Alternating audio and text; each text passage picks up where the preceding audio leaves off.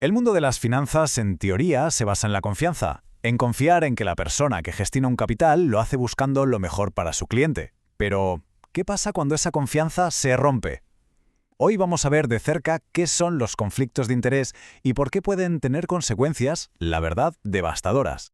Y es que esto no es una hipótesis, no es un «y si pasara». No. Esto es la cruda realidad de lo que ocurre cuando los intereses de un cliente y los de su asesor, pues, no van en la misma dirección. Es la historia de cómo poner la confianza en la persona equivocada te puede llevar a la ruina. Para entenderlo bien, vamos a meternos de lleno en un caso real. Un caso que ilustra este peligro a la perfección y que nos va a servir para desgranar el problema a fondo. 78. Esa era la edad del jubilado protagonista de esta historia. Una persona en una etapa de su vida en la que, la seguridad financiera no es un capricho, es una necesidad absoluta. Y esta es la cifra que lo cambió todo. 300.000 euros. Y ojo, no era una parte de sus ahorros, eran todos los ahorros de su vida. Su única red de seguridad para el futuro. Lo perdió todo. Y la pregunta es, ¿cómo pudo pasar? Pues muy sencillo. Su asesor le recomendó unas inversiones súper complejas y de altísimo riesgo. De esas que igual te hacen ganar mucho o perderlo todo. Eran productos, desde luego, totalmente inadecuados para alguien sin experiencia. La gran pregunta es, ¿por qué lo hizo? Y la respuesta, amigos, nos lleva al corazón del problema. Aquí, justo aquí, es donde entra en juego el concepto clave de hoy. La razón por la que un profesional podría llegar a actuar en contra del bienestar de su cliente. El conflicto de interés. La definición es sencilla, pero tiene mucha miga. Es ese momento exacto en el que el camino que beneficia al asesor no es el mismo que beneficia al cliente. Hay un choque, una colisión de intereses en toda regla. Y fijaos, este cuadro lo resume a la perfección. Por un lado, lo que quiere el cliente, la inversión correcta, un consejo honesto. Y por el otro, lo que puede tentar al asesor, una comisión más jugosa o un bonus a final de mes. Cuando estos dos objetivos no coinciden, ahí nace el conflicto. A ver, mirad este gráfico porque es que lo deja meridianamente claro. Imaginemos dos bonos muy parecidos en riesgo y en rentabilidad.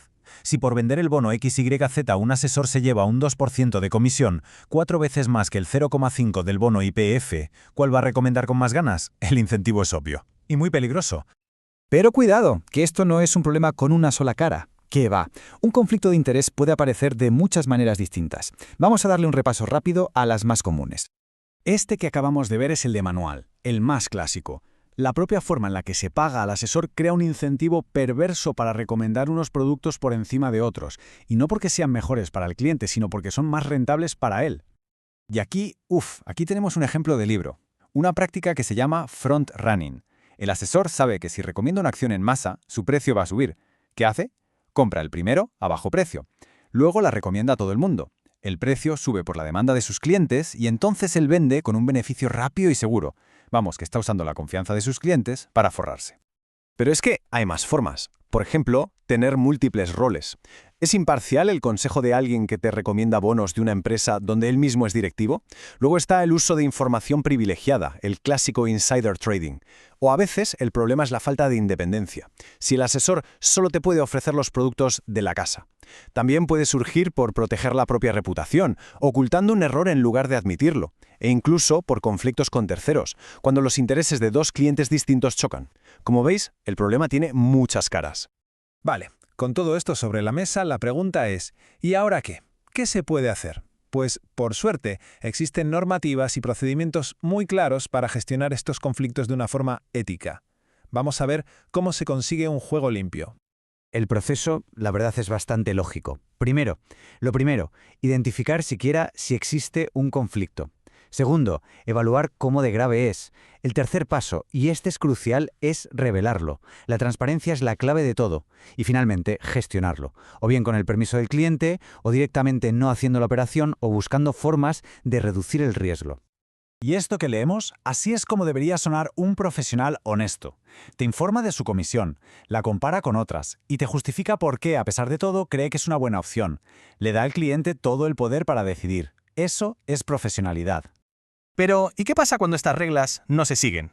Pues que el sistema tiene mecanismos para castigar las malas prácticas y proteger a la gente que invierte. Las consecuencias para quien se salta las normas son muy serias y la cosa va a más. Pueden ir desde un simple aviso formal a multas económicas, la suspensión para poder trabajar en el sector, hasta la cancelación para siempre de la licencia, y en los casos más graves, acabar con cargos penales. Y que nadie piense que esto es solo teoría, ¿eh? 10 millones de euros. Esa fue la multa real que le cayó a una empresa por no revelar bien un conflicto de interés. Las sanciones económicas, como veis, pueden ser tremendas. ¿Os acordáis del asesor de nuestro caso, el del jubilado de 78 años? Pues bueno, 3 años de suspensión, una mancha a su carrera que no se la quita a nadie. Y si ya nos vamos al caso más heavy, de fraude puro y duro, donde un asesor operaba en la cuenta de un cliente sin permiso, pues la cosa acaba en 8 años de prisión. La justicia puede ser y debe ser muy contundente. Al final, la clave de todo es que, más allá de leyes y multas, la primera línea de defensa es ser consciente del problema.